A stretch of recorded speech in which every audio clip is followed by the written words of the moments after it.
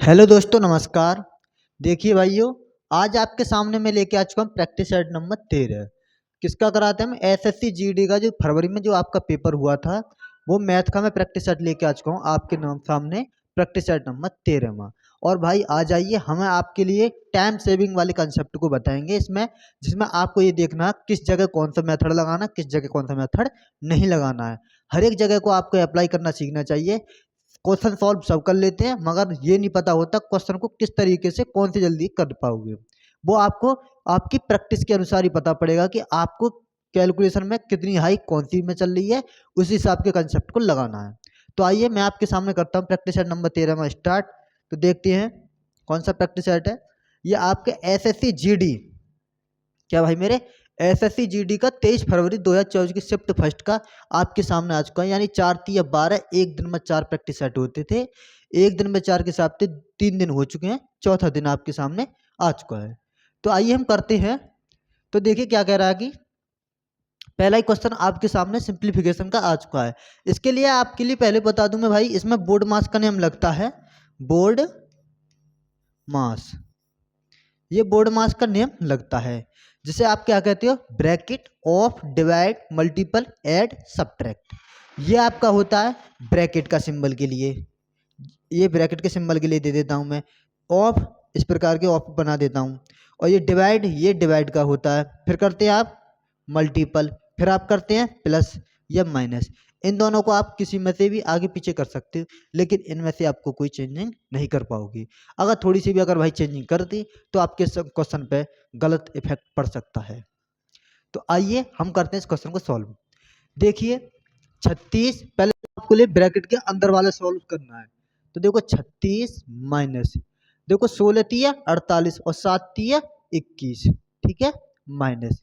यहाँ पे मैं देखूं तो देखो पहले तो जोड़ लेता हूँ, 19 22, 22 में से 24 माइनस करूंगा तो माइनस के 2 होगा, माइनस ये तो प्लस के 2 हो जाएगा, ठीक है। अब देखिए 21 यहाँ पे करना, देखो आपके लिए 36 और 2 कितने होते हैं आपके? 38। 38 में से माइनस कर देना आपके लिए 21, ये आपके सामने आ जाएगा। 38 में से 21 चले जाएंगे तो आपके सामने 17 इसका करेक्ट आंसर हो जाएगा, ठीक है भाई। इस प्रकार से ये क्वेश्चन करना था आपके लिए। आगे चलते हैं भाई मेरे, आगे क्या कह रहा है ये देखिए। एलसीएम एंड एचसीएफ वाले कॉन्सेप्ट से लिया गया है। देखिए इसमें क्या लिखा हुआ है भाई मेरे कि 9/4, 9/4, आगे दे रखा है 21/10, आगे क्या दे रखा है? 63/20, 63/20। जब भी आपके लिए एलसीएम की कहे तो भाई ऊपर तो लिखा देना एलसीएम, एलसीएम, और नीचे वाले नंबरों का ले लेना आपके लिए एचसीएफ, ठीक है भाई मेरे। ऊपर वालों का एलसीएम निकालना। जब भी अगर आपके लिए एलसीएम कहे तो ऊपर वाली संख्या को एलसीएम लेना, अगर यहाँ पे एचसीएफ कहे तो ऊपर वाली संख्या को एचसीएफ लेना, नीचे वाली संख्या को अपोजिट करके ले लेना है। अगर एलसीएम कहे तो एचसीएफ निकाल लो, एचसीएफ कहे तो एलसीएम निकाल लो, ठीक है। तो मैं देखता हूँ ऊपर एलसीएम कितना आएगा। देखो 63 इसका एलसीएम आ जाएगा, 9 का भी चलेगा भैया भाग, इसमें 21 का भी चले जाएगा, 63 तो ऊपर आ जाएगा। 63 आपका एलसीएम। इसका एचसीएफ देखते हैं तो 2 इसका एचसीएफ आ जाएगा, ये 2, यानी 63/2 इसका करेक्ट आंसर हो जाएगा, यानी ऑप्शन नंबर 4, ठीक है भाइयों। आगे बढ़ते हैं भाई मेरे क्वेश्चन लेके आगे को। अब देखिए ये आपके सामने आ चुका है time and work. Time and work में क्या कह रहा है कि M1 अकेला 14 दिनों में काम कर सकता है। आइए हम लिखते चलते हैं आराम से। M1 किसी कार्य को 14 दिनों में कर सकता है। M2 अकेले उसी कार्य को 70 दिन में कर सकता है। M2 उसी कार्य को 70 दिन में कर सकता है।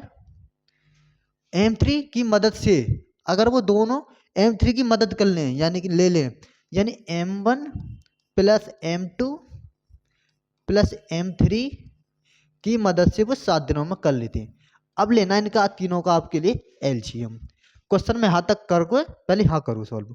70 इनका एलसीएम ले लूंगा मैं भाई मेरे, 70 इनका एलसीएम हो गया। यही आपका टोटल वर्क कहलाता है।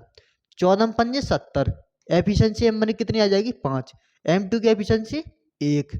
अगर हम देखी जाए तो इन तीनों के साथ भाई 70, यानी कि 10 बार, ठीक। अब देखो M1 और M2, M1 और M2, देखो 5 और 1 6 बन रही है, तो मैं 6 लिख दूंगा। 6 प्लस M3 बराबर एफिशिएंसी दे रखी 10, तो M3 की एफिशिएंसी कितनी हो जाएगी भाई मेरे 4। M3 की एफिशिएंसी आएगी 4।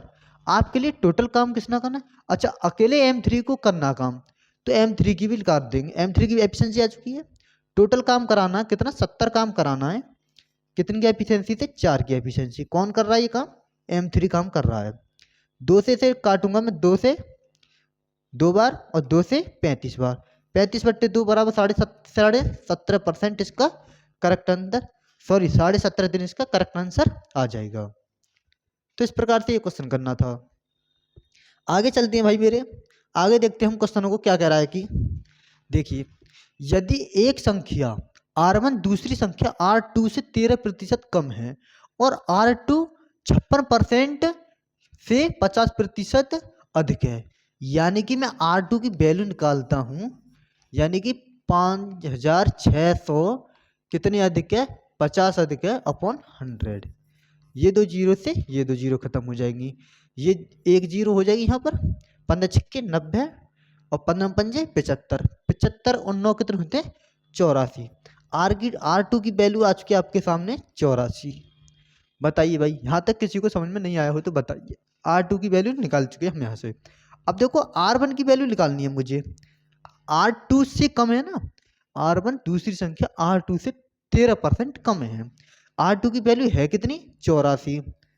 84 100 में से 13 कम करके कर देंगे कितने, 87 की वैल्यू। आपको बताना 87 की वैल्यू। ये दो जीरो से ये दो जीरो खत्म कर देंगे, ये वाली दो जीरो को। आपको पूरा क्वेश्चन नहीं करना है, सीधा सिंगल बाई डिजिट देखना है। 7 चौक 28 यूनिट डिजिट पार्ट, ऑप्शन आगे बढ़ के चले जाना है। ये नहीं करना कि पूरा क्वेश्चन को सॉल्व करते रह जाओ पेपर में। अगर आपको क्वेश्चन को सॉल्व करते रहेंगे तो भाई पेपर में आप एक दो क्वेश्चनों को और छोड़ पाओगे। ठीक है, अगर आपको बचाना टाइम से, इतना मल्टीपल नहीं करना है, पूरा सिंगल बाई एक डिजिट देख लो, हो जाए तो ठीक, अगर नहीं आता तो फिर एक और डिजिट बढ़ा के चला लेंगे। ठीक है, आगे चलते हैं भाई मेरे। आगे क्वेश्चन क्या कर रहा है, देखो सीधा ही रेशियो का है। यदि x रेशियो y बराबर 7:2 है, यानी x का मान 7 है, y का मान 2 है, तो 7x + 4y ratio 7x - 4y का मान ज्ञात करना है। तो देखो मैं सीधा मान रख देता हूँ यहाँ पे, 7 तो x की मान तो 7 रख देता हूँ। ठीक है ना, ये x का मान, ये y का मान यहाँ पे रख दूंगा, 49 हो जाएगा ये, प्लस 4 दूनी 8, ब्रैकेट कर दिया बंद। 7 7 49, यानी यही है डिजिट, 49 - 8। ठीक है, 49 और 8 कितने होते हैं भाई मेरे, 57।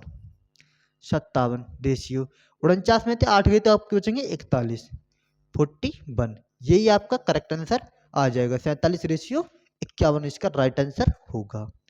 ठीक है भाई मेरे, आया समझ में। आगे चलते हैं। एसएससी जीडी के क्वेश्चनों में आप देख रहे होंगे भाई, सभी छोटे छोटे क्वेश्चन आते हैं, कोई ज्यादा बड़ा लंबा क्वेश्चन नहीं आता। बस आपको समझने का आना चाहिए कि कहना क्या चाह रहा है। आगे देखते हैं। अच्छा चलो, इसी क्वेश्चन में देखो कहना क्या चाह रहा है, ये देखिए। अगर आप शिद्दत से आराम से पढ़ोगे तो आपकी समझ में आ जाएगा। देखो क्या कर रहा है, जॉन ने एक बैंक खाते में 1200 रुपये जमा किए, यानी कि जॉन ने एक खाते में 1200 रुपये जमा करे। 4 वर्ष बाद खाते में कुल राशि 1400 रुपये होगी। यानी कि अब आप बता सकते हो कि ऐसा ही रुपये, यानी कि रुपये मुझे मिले कितने, ब्याज के मिलेगी आपको 200 रुपये। प्रति वर्ष साधारण वार्षिक ब्याज की दर थी, यानी 200 रुपये आपको एक्स्ट्रा मिले हैं। यानी 200 रुपये ऐसा ही मिली है, 1200 पर मिली है। ठीक है, इंटू टाइम कितना दे रखा, 4 वर्ष का, इंटू रेट निकाल ले जाओगे अब आप। ठीक है भाई मेरे, क्या था, देखो 1200 रुपये जमा करे, 1400 रुपये बैंक से मुझे मिले हैं, कितने वर्ष बाद मिले, 4 वर्ष बाद मिले हैं। तो देखो 200 रुपये मुझे एसआई के रूप में मिला, 1200 पे मिला था, 4 वर्ष बाद मिला था, रेट आप निकाल लोगे 100 करके। ठीक है, ये दो जीरो से मैं ये दो जीरो खत्म कर ले जाऊंगा। 4 से मैंने काटा, ये 4 पन्ने 20, 50 हो जाएगा। 50 और आर की वैल्यू कितनी आ जाएगी भाई मेरे, 50/12।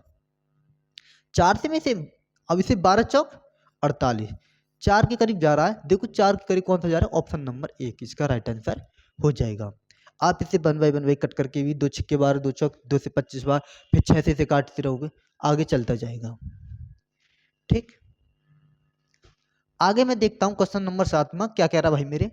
छात्रों के एक समूह का औसत वजन 44 किलोग्राम है। 40 किलोग्राम वजन वाला एक छात्र समूह को छोड़ देता है, यानी कि -40 कर देता है वो। ठीक है जी, -40 कर देता है वाला एक छात्र समूह को छोड़ देता है और 34 किलो 12 किलोग्राम वजन वाला अन्य छात्रों में शामिल हो जाता है, यानी कि 34 किलोग्राम प्लस होती हैं, इसमें प्लस होती है 34 किलोग्राम। अब आप देख सकते हो यहाँ पे हुआ अंतर इसका 6 का अंतर आया। लेकिन हमें टोटल अभी तक पॉपुलेशन भी नहीं बताई कि कितने लोगों का औसत वजन है, लेकिन हमें ये भी बता दो लास्ट में कि 43.4 किलोग्राम बचा है। तो यानी कि 44 से मैं ये देखता हूँ कि 44 था मेरा पहले वेट, अब बचा औसत वजन 43.6 सॉरी 4। अब देखो इनमें अंतर कितने का आ जाएगा, 0.6 का, यानी 0.6 एन कर देता हूँ मैं इसे 0.6 एन बराबर जो रेशियो का अंतर आया 6 के। अब देखो मैं यहाँ पॉइंट हटाऊंगा तो यहाँ जीरो लगा दूंगा, 6 से कट करूंगा तो 10 बार कट जाएगा, एन की वैल्यू कितनी आ जाएगी भाई मेरे 10। यानी कि अब ये क्वेश्चन ऐसा कहना चाह रहा है एक छात्रों के समूह यानी कि 10 छात्रों के समूह का औसत वजन 44 किलोग्राम है।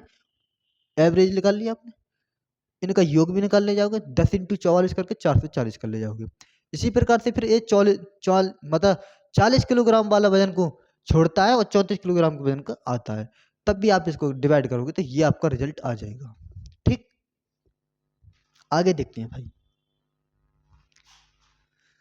ये देखिए ये भी आपके सामने एक सिंप्लीफिकेशन का क्वेश्चन है, करिए क्या कह रहा है कि देखो 555 प्लस 44 इंटू 2 डिवाइड, पहले मैं इसे डिवाइड करूंगा 11 चौक 44, 4 दूनी 8 माइनस 25 दिया 75, 555 प्लस 55 को इसमें जोड़ दूंगा मैं 8 5 13 यानी कि 563 माइनस कर देता हूँ 75। ठीक है भाई मेरे 15 13 में तो 5 गए 8, अब देखो 15 15 में 7 गए 8।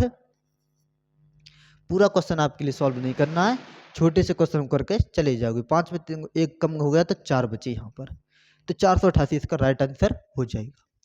ठीक है, सिंपलीफिकेशन का था, आप आराम से कर ले जाओगे बोर्ड मास का नियम को फॉलो करके। देखिए क्वेश्चन नंबर नमा क्या कह रहा है भाई मेरे, मोहन ने एक पुराना मोबाइल 4,000 रुपये में खरीदा और उसकी मरम्मत पर 500 रुपये का खर्च कर दिया। ठीक है, यदि वह मोबाइल को इतने रुपये में बेचता है तो उसका लाभ प्रतिशत ज्ञात कीजिए। देखो मैंने खरीदा एक मोबाइल 4,000 रुपये का, 4,000 रुपये का मोबाइल खरीदा, प्लस मुझे कितने रुपये मिल गए, 500 रुपये का मुझे उसमें खर्चा करना पड़ा, उसकी डेंडिंग पेंडिंग करनी पड़ी, कितनी की 500 रुपये की। तो आपके सामने पूरा घर आके पड़ा वो कितने का, आज देखो यहाँ पे कह दिया कि 500 रुपये का उसे खर्चा किया।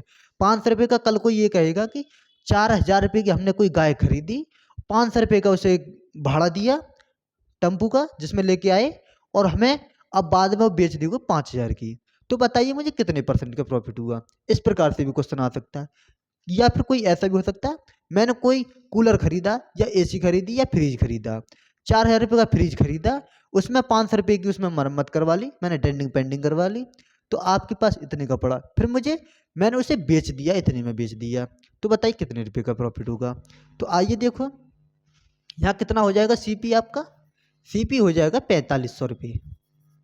आपको सेलिंग प्राइस कितना दे रखा भाई मेरे, सेलिंग प्राइस दे रखा 5,000, 5,000 सेलिंग प्राइस, कितने का प्रॉफिट ले लिया भाई मेरे 500 का, कितने से 4500 से इंटू 100। ठीक है, ये दो जीरो से ये जीरो, 5 ने 45, देखो 100/9 आ चुका है, तो यानी 11.1111% इसका राइट आंसर हो जाएगा। ठीक, आगे देखते हैं भाई मेरे, क्वेश्चन नंबर 10 क्या कह रहा है कि P एक काम को 14 दिनों में पूरा कर सकता है, यानी कि P बंदा है जो एक काम को 14 दिनों में पूरा कर सकता है। ठीक है जी, कुल काम को कितना भाग P 4 दिनों में करेगा, यानी कि 4 दिनों में कितना काम, यानी 14 में से 2 दूनी 4 और 2 सत्ते 14, यानी 2/7 दिनों में काम कर देगा वो। तो इस प्रकार से ये क्वेश्चन करना होगा, जब भी आपको इस प्रकार के फॉर्मेट में दे रखा हो तो आपको ऐसे करना होगा। आगे देखता हूं भाई मेरे, आगे 11वां क्वेश्चन क्या कह रहा है, देखिए किसी वस्तु का अंकित मूल्य उसके क्रय मूल्य से 25% अधिक है, वह अधिकतम छूट प्रतिशत क्या है जिस पर दुकानदार अपनी वस्तु के लाभ या बिना हानि, ना लाभ हो ना हानि हो। तो आपके लिए पता क्या करना होगा, 25% की अधिक कर रहा ना, 25 चौके 100, यानी कि 4 की चीज को 5 में कर देता है, यानी कि उसे ना प्रॉफिट चाहिए ना लॉस चाहिए, तो कर दो सही इसमें से कम 5 × 100। और जब भी आपको देखो इस प्रकार का फॉर्मेट हो 25% का अधिक लाभ होता है तो कितनी हानि करनी है, तो 25 की है, तो इसमें कर देंगे 5 से डिवाइड, यानी कि 5 से हो जाएगा 20। 25 और 20 का एक कॉम्बिनेशन बनता है, यानी कि एक जोड़ा, यानी कि 25 का 20 के साथ करना है, और 11 से ही 1/11 का, 11 से 1/9 का, 9 से 1/11 में लेके चलना है। ये दो आपके ऐसे पेयर बना देते हैं, अपने अपने में ही चला लेते हैं वैल्यूओं को। ठीक है, आगे चलता हूं भाई मेरे। आगे क्वेश्चन देखता हूं मैं कि रिया ने 25% का लाभ कमाते हुए एक लैपटॉप इतने रुपए में बेचा, यानी कि 25% की वैल्यू प्रॉफिट का है, यानी 25 चौके 100, 100 की यानी कि 4 से 5 की वैल्यू दे रखी है, 4 से 5 की वैल्यू तो आपके लिए ये दे रखी है। यदि वह, तो मैं एक एक तो कर नहीं सकूंगा, मैं सीधा एक ही बार में से कर रखता हूँ कि जो 3500 रुपये हैं, क्या भाई मेरे 35,000 है, 35,000 है, को वैल्यू है आपकी 125 की वैल्यू दे रखी है। ठीक है ना, 25% का लाभ मैंने इंक्लूड कर दिया। अब देखो 100 के मल्टीप्लाई कर दूंगा, वो आपके सामने सीपी आ जाएगा, रियल वैल्यू आ जाएगी। लेकिन मुझे रियल वैल्यू नहीं चाहिए, मुझे चाहिए 30% का लाभ। मैं सीधा 130% का ही मान निकाल लेता हूँ। इसकी 100 यहाँ लिखता, फिर इसे इसके 100 यहाँ लिखता, 100 से 100 खत्म कर देता, मैंने 100 नहीं लिखा। चलिए अब देखते हैं, मैं आगे बढ़ता हूँ। देखो देखो 25 पंजे 125, मैं यहाँ तक के मैं देखो पेयर बना लेता हूँ, 100 कर लेता हूँ यहाँ पर ही। ठीक है ना, इसे मल्टी कट कर लेता हूँ, 25 चौके 100 और 5 सत्ते 35, 7 चौक 28, 280 इंटू 130, 0 0 13 मट्ठे 104, कितने भाई मेरे 13 मट्ठे 104, 13 दूनी 26, 26 और 10 36। आपको इस प्रकार से कैलकुलेशन करनी है, ना कि सीधा एक बार में। अगर आपको देखना है कि 125 से 100 में करना है, हमें देखना है कि सीधा इसको 100 के मान में तोड़ लो, 350 इंटू 100 बराबर 35,000 होती है। मैंने इसलिए किया क्योंकि मुझे 25 से एक बार में कट जाए आसानी से। आप डायरेक्ट एक ही बार में भी कट कर सकते थे। ठीक, तो ये 36,400 रुपये इसका करेक्ट आंसर हो जाए, यानी ऑप्शन नंबर 3 इसका राइट आंसर हो जाएगा। इसे इतने रुपए में बेच देंगे। आगे क्वेश्चन नंबर मैं 13 में देखता हूं, तो क्या कह रहा भाई मेरे, किसी निश्चित राशि से पहले 10% घटाया जाता है और फिर उसे उसी राशि से 70% घटाया जाता है, यानी कि 10 की चीज को 9 किया जाता है, फिर 10 की चीज को 100 में से यानी कि 7 घटा देंगे, 3 घटा दूंगा तो 7 बचेगा। कितना 70 घटाया है ना, देखो 70 घटाना मुझे, 70% की फ्रैक्शन वैल्यू क्या होती है 0 0, 10 में से 3 गए तो 7 बचे, सॉरी 10 में से 7 गए तो 3 बचे, 10 में से 7 गए तो 3 बचे। देखो 10 धाम 100, 9 तिया 27, जो आपकी जो बची है वो आपका शेष इतना बचा है, यानी कितना 11,000, फिर 1188, कितने की वैल्यू है कि 27 की वैल्यू है, कितने की चाहिए 100 की वैल्यू चाहिए आपके लिए, तो वह राशि क्या थी 100 की वैल्यू निकाल देंगे आप। तो देखो 9 तिया 27, 9 दूनी 9 एक 9, 9 तिया 27, 9 दूनी 18, 3 से मैं कट करूंगा, 3 चौक 12, 3 चौक 12, ये दो जीरो यहाँ चिपका दूंगा, यानी 4400 इसका राइट आंसर, यानी ऑप्शन नंबर 3 इसका राइट हो जाएगा। ठीक है भाई मेरे, इस प्रकार से आपको इस क्वेश्चन को भी कर ले जाओगे, आराम से बारीकी से बना ले जाओगे। आगे देखते हैं, ये आपके सामने आ चुका है एक स्पीड डिस्टेंस टाइम का। आपने देखा होगा स्पीड बराबर डिस्टेंस अपॉन टाइम, ये वाला बहुत फॉर्मूला चर्चित में आता है, आपके लिए कर ले जाती है क्वेश्चन। क्या कह रहा है कि देखो 225 मीटर और 390 मीटर की लंबी दो रेलगाड़ियां हैं जो समांतर पटरियों पर चल रही हैं। ठीक है, समांतर पटरियों पर चल रही हैं पर विपरीत दिशाओं में हैं, लेकिन समांतर जैसे एक दूसरे के क्रॉस में चल रही हैं, बराबर बराबर में बिछी हुई है लाइन, तो वो क्रॉस में जा रही हैं। ठीक है, जब भी आपको क्रॉस में करना हो ट्रेनों को या कुछ वाहन को, तो आपको स्पीड करनी है ऐड। ठीक है ना, ऐड स्पीड करते हैं तो इनकी किलोमीटर की स्पीड कितनी है 78 और 66, मैं इन जोड़ता हूँ, ठीक है 78 66 कितने होते हैं 144, 144 किलोमीटर प्रति घंटे की स्पीड से वो चल रही है, दोनों की स्पीड से इंक्लूड करके जोड़ दिया मैंने। दूरी कितनी है टोटल आपके पास 0, 5 9 और 5 14 का 4, 2 और 3 5 और 1 6 अपॉन टाइम। देखो ये आपके लिए मीटर में दे रखा है, ये आपके लिए किलोमीटर प्रति घंटे में दे रखा है। आपको बनाना मीटर प्रति सेकंड में इसी को 5/18, क्योंकि आपके सामने मीटर प्रति सेकंड में इसका आंसर दे रखा है। 18 144।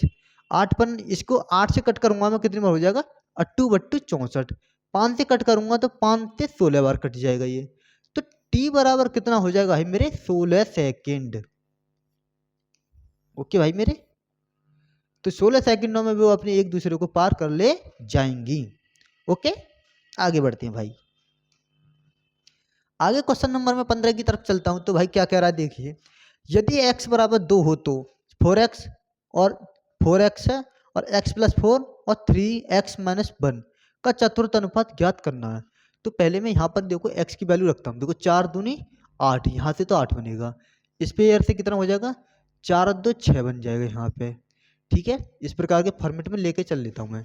तो चौथुर्थ अनुपात लगाना है ना, तो देखो 2 की 3 दूनी 6, 6 में तो 1 गया 5, 5 यहाँ पे ये चतुर्थ अनुपात निकाल दो। बताओ भाई, इस प्रकार कर ले जाओगे। अब देखिए क्या करते हैं भाई मेरे, यहाँ पर 8/6 बराबर 5/x, यानी कि आपका चतुर्थ अनुपात होगा। आपको मैं देखो डायरेक्ट भी बताऊंगा कैसे करते हैं उसे। देखो 6 पन्ना 30, 30/8, 2 से 4 बार, 2 से 15 बार, तो 15/4 इसका करेक्ट आंसर हो जाएगा। आपके लिए जब भी इस प्रकार का हो ना क्वेश्चन, तो आपको क्या करना है, पहले तो चतुर्थ अनुपात लगाना है। तो 6 पन्ना 30, 30 करो, 20 वालों को तो मल्टीप्लाई कर दो, यानी 20 की मल्टीप्लाई ए से कर दो डिवाइड 8, वही आपका करेक्ट आंसर आ जाता है। ठीक है भाई मेरे, तो इस प्रकार से भी कर ले जाओगे। आगे मैं देखता हूँ क्वेश्चन नंबर 16 की तरफ चलता हूँ। तो देखिए क्या कह रहा है, एक वस्तु का अंकित मूल्य 9600 रुपये है और इसका विक्रय मूल्य 6336 रुपये है। छूट प्रतिशत क्या होगी? आपके वस्तु का अंकित मूल्य कितना दे रखा है? देखो market price and selling price. Market price आपका 9600 है, 9600 है, 9600 है। सेलिंग प्राइस आपका 6336 है। ठीक है, अब देखो इनमें तो डिफरेंस लेंगे, घटाएंगे, कितना हुआ? 10 में से 6 गए 4 बचे, 9 में से 3 गए 6 बचे, फिर यहाँ बचे 5, 5 में से 3 गए 2 बचे, 9 में से 6 गए कितने बचे भाई मेरे? 9 में से 6 गए 3 बचे। कितने पर डिफरेंस आया? ये 9600 पे आया। इंटू करेंगे भाई मेरे 100, 2 जीरो से मैं ये 2 जीरो खत्म कर लूंगा। 12 मट्ठे 96, 12 दूनी 24, 24 8 बचे, 8 बचे ना, 8 4 32 होते ना, 8 बचे 86 हो गए, और 12 सत्ते 84, 2 बचे, 12 दूनी 24, 2, फिर मैं इसे 8 से भी इसे कट करूंगा। 8 से कट करता हूँ तो 8 की है 24, बचे कितने? बचे कितने? 4, 832, यानी 34% किसने छूट दे दी, यानी ऑप्शन नंबर 34 इसका राइट आंसर हो जाए, यानी option number first, option number first का 34% इसका राइट आंसर होगा। उसने 34% का डिस्काउंट दिया इस क्वेश्चन में। ठीक है, आगे बढ़ती है भाई मेरे क्वेश्चन नंबर 17 की तरफ। क्या कह रहा है देखते हैं। देखो 28 संख्याओं का औसत दे रखा 110 है। यदि हम प्रत्येक संख्या में b जोड़ते हैं तो औसत 128 हो जाता है। तो b का मान ज्ञात कीजिए। भाई जब भी आपको इस प्रकार के क्वेश्चन हो कि 28 संख्याओं का औसत 110 है, उनमें ऐसी संख्या क्या जोड़ी जाए? n जोड़ी जाए, n संख्या जोड़ी जाती है तो औसत पर, और n प्रत्येक में जोड़ा है, क्या n प्रत्येक में जोड़ा है, प्रत्येक में b जोड़ते हैं तो वो औसत इतना हो जाता है। बस जो आपने डिफरेंस होगा ना, वही आपका आंसर हो जाएगा इसमें, ये इसका राइट आंसर हो जाएगा। जब भी आपको ऐसा दिखे कि 28 संख्याओं का औसत, जैसे कि मान लो कुछ संख्याएं हमारी 10 संख्याओं का औसत इतना है, यदि हम उन प्रत्येक संख्याओं में इतने जोड़ दें, यानी b जोड़ दें, यानी कि n जोड़ दें, 20 जोड़ दें, 25 जोड़ दें, कुछ भी, मैंने कह दिया n जोड़ते हैं, तो प्रत्येक संख्या औसत कितना हो जाता है? टोटली 128 हो जाता है। तो जो आपका अंतर होगा ना, वही संख्या होगी कि कितना जोड़ा है प्रत्येक संख्या में। अगर आपसे कह दिया कि प्रत्येक संख्या में सॉरी कितना जोड़ चुके हैं हमने, कितना मान आया, तो जो इसमें मल्टीप्लाई कर दोगे ना, तो इतना जोड़ देंगे इसमें। ठीक है, अब आपसे पूछा कितना कि क्या जोड़ा था वो संख्या में, प्रत्येक संख्या में 18 जोड़ा था, तब जाके 128 बना है। ठीक है, आगे बढ़ती है भाई मेरे। क्वेश्चन नंबर 18 की तरफ आए हम, देखते हैं क्या कह रहा है कि देखिए 15 सेंटीमीटर त्रिज्या वाले एक ठोस धातु के गोले को पिघलाकर 15 सेंटीमीटर आधार के व्यास वाले एक शंकु का आकार दिया जाता है, दिया गया है, शंकु की ऊंचाई ज्ञात कीजिए। भाई ये क्वेश्चन आपके सामने मेंसुरेशन का आ चुका है। तो पहले तो आपके पास गोले का आयतन चाहिए, शंकु का आयतन चाहिए। ये अगर आपके पास है तो आप इस क्वेश्चन को कर ले जाओगे। गोले का आयतन क्या कहता है भाई, 4/3 पाई आर क्यू। तो गोले का आयतन लिख देता हूं मैं, गोले का वॉल्यूम लिख देता हूं मैं क्या, 4/3 पाई आर क्यू। और जी भाई मेरे शंकु का आयतन भी पूछा दिखा, शंकु का चाहिए तो देखो शंकु का देख लेते हैं। कोन, कोन का वॉल्यूम कितना है, देखो कोन का वॉल्यूम है 1/3 पाई आर स्क्वायर एच। ये मैंने कोन का यानी शंकु का लिख दिया। अब देखिए क्या करना है मुझे, जो क्वेश्चन है उसमें बराबर कर दोगे, वो आपके सामने आंसर आ जाएगा। जब भी आपको किसी को पिघला कर बनाओगे तो उनका हमेशा हमेशा वॉल्यूम समान रहेगा, मतलब आयतन, जिसे कहते हैं आप आयतन। देखिए 4/3 इंटू पाई इंटू आर की जगह हमने रख दिया 15 15 15 15 सेंटीमीटर त्रिज्या वाले गोले, गोले का काम हो चुका कंप्लीटली। आगे बढ़ा मैं शंकु की तरफ, 1/3 into pi into r square. R यानी कि हमें दे रखा आधार का व्यास दे रखा है, व्यास को आधा कर लो तो 15/2 लिख दूंगा सीधा, 15/2 इंटू 15/2 इंटू एच निकली आएगी आपकी हाइट। ठीक है, यहाँ से मैं देखता हूँ देखो 15 15 ये दो 15 खत्म हो जाएंगी। आगे मैं देखा ये 3 से ये 3 खत्म हो जाएगा। ठीक है, ये पाई से ये पाई भी खत्म हो जाएगा। अगर बनवाई बनवाई देखो 2 दूनी 4, 4 चौक 16 या फिर 15 चौका 60 और 6 चौक 24, यानी 240 सेंटीमीटर इसकी ऊंचाई हो जाएगी। यानी हाइट कितनी हो जाएगी भाई मेरे, हाइट हो जाएगी आपकी 240 सेंटीमीटर। ठीक है ना, हाइट आपकी 240 सेंटीमीटर आपके सामने आ चुकी है। देखो पहले आपके लिए गोले का आयतन, फिर आपके लिए शंकु का आयतन। गोले का आयतन 4/3 पाई आर क्यू, शंकु का आयतन 1/3 पाई आर स्क्वायर एच। हमने आपके इनके दोनों के वॉल्यूम समान कर दिए, आपके सामने एच की वैल्यू आ चुकी है। ठीक है, आगे बढ़ती है भाई मेरे, आगे क्या कह रहा है क्वेश्चन नंबर, देखिए एक व्यक्ति ने 30% वार्षिक ब्याज की दर से चक्रवृद्धि ब्याज पर 15,000 रुपये की उधार ली गई राशि है। यदि ब्याज अर्धवार्षिक रूप से संयोजित होती है तो 1 वर्ष बाद भुगतान किए जाने वाली राशि क्या होगी। जब भी आपको देखो अर्धवार्षिक दिया हो, अर्धवार्षिक दिया हो तो रेट का तो करना आपको आधा और टाइम का करना डबल। मैं आपके लिए यहाँ पे लिख देता हूँ, रेट को करना 1/2 और टाइम को करना है, टाइम को करना है इंटू 2 से मल्टीप्लाई। अर्धवार्षिक हो तो इसको आधा कर दो रेट को, टाइम को कर दो डबल। मुझे यहाँ पे निकाल लूंगा मैं सक्सेसिव परसेंट से, मैं सक्सेसिव परसेंट की तरफ चलूंगा। मैं देखो 30 का आधा करा मैंने 15, 15 को डबल में लिखूंगा तो सक्सेसिव लिखाऊंगा तो 15 15 30 और 30 प्लस 225 यानी कि 2.5 यानी 32.25, 32.25 आपका सामने सक्सेसिव परसेंटेज आ चुका है सीआई का। सीआई निकालना कितने का, 15,000 रुपये का। लो जी 15,000 का सीआई निकालना है, अपॉन कर देंगे 100। ये 2 जीरो से ये जीरो खत्म, ये जीरो से ये जीरो खत्म। अब मुझे एक जीरो लगा लूंगा, 15 पंजे 75 पॉइंट खत्म। 15 दूनी 30, 30 और 1 31 होते हैं, सॉरी 15 पंजे 75 का 5 कैरी गए 7, 15 दूनी 30, 30 और 7 37। अब देखो 7.5 किस में, इसमें देखो 8.5 7.5 2.5 2.5 यानी 7.5 इसका राइट आंसर, ये इसका करेक्ट आंसर हो जाएगा। पूरा क्वेश्चन नहीं करने का आपको, जब भी इस प्रकार के फॉर्मेट के क्वेश्चन दिए हों तो। ठीक है ना, यूनिट डिजिट देखो, क्वेश्चन को आगे बढ़ो भाई, टाइम नहीं है इतना जो आप इस क्वेश्चन को पूरा करते रह जाओगे। अगर आप इसी क्वेश्चन को पूरा करने में लगे रह गए तो भाई आपका क्वेश्चन का बहुत बिगड़ जाएगा। अब देखो लास्ट में क्वेश्चन आपके सामने आ चुका है। क्वेश्चन नंबर 20 क्या कह रहा है कि 3 आयताकार खेतों के क्षेत्रफल क्रमशः 70 metre square, 84 metre square, 112 metre square. इन खेतों को समान आयताकार फूलों की क्यारी में विभाजित किया जाना है। यानी कि जब भी आपको समान वाला हो तो आपको लेना है इनका HCF। किस किस का, 70, 84, 112। इनका मैं HCF निकालता हूं भाई मेरे। HCF आ रहा है इनका कितना, इनका HCF आ जाएगा 14, 14 इनका HCF आ जाएगा, 14 इनका HCF आ जाएगा। तो भाई ये मेरे 14 HCF बराबर ही आपके लिए कितनी की बनानी है, 7 मीटर लंबी की फूलों की चौड़ाई ज्ञात करनी है, यानी 7 इंटू H, यानी कि चौड़ाई ज्ञात आपको करनी है। तो हम सीधी चौड़ाई लिख देते हैं।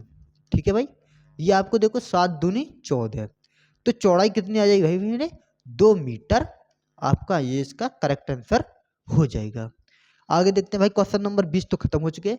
अब आपके सामने कुछ नहीं है, खत्म हो चुका। अब देखिए आगे देखना, देखो टारगेट विद तेज ऐप पे जो भी वीडियो आती हैं आप देखते होंगे भाई, डेली डे बाई डे आपके सामने मैथ के प्रैक्टिस सेट हो, GD के कुछ भी हो, GS के हो, हिंदी के हो, रीजनिंग के हो, सभी के प्रैक्टिस सेट कराए जा रहे हैं। आपको कर लेने भाई। और देखो PDF आपके लिए टारगेट विद तेज है ये टेलीग्राम चैनल पर मिल जाएगी। और जो भी आपको हमसे कुछ भी क्वेश्चन पूछना, कोई भी डाउट हो, कोई भी इंक्वायरी हो, कुछ भी, आप हमारे इस व्हाट्सअप नंबर पे कॉल कर सकते हो। यानी कि यही हमारा कॉल नंबर है, यही आपको व्हाट्सअप नंबर है। आप यहाँ पे हमसे मैसेज पे बात करना डायरेक्टली। ठीक है। और भाई मेरे, और इस QR कोड को अगर स्कैन करते हो तो आपके सामने हमारा ये यूट्यूब चैनल निकल के आ जाएगा। ठीक है। तो ठीक है दोस्तों, फिर मिलते हैं अगली वीडियो में। जब तक के लिए जय हिंद, जय भारत, टेक केयर।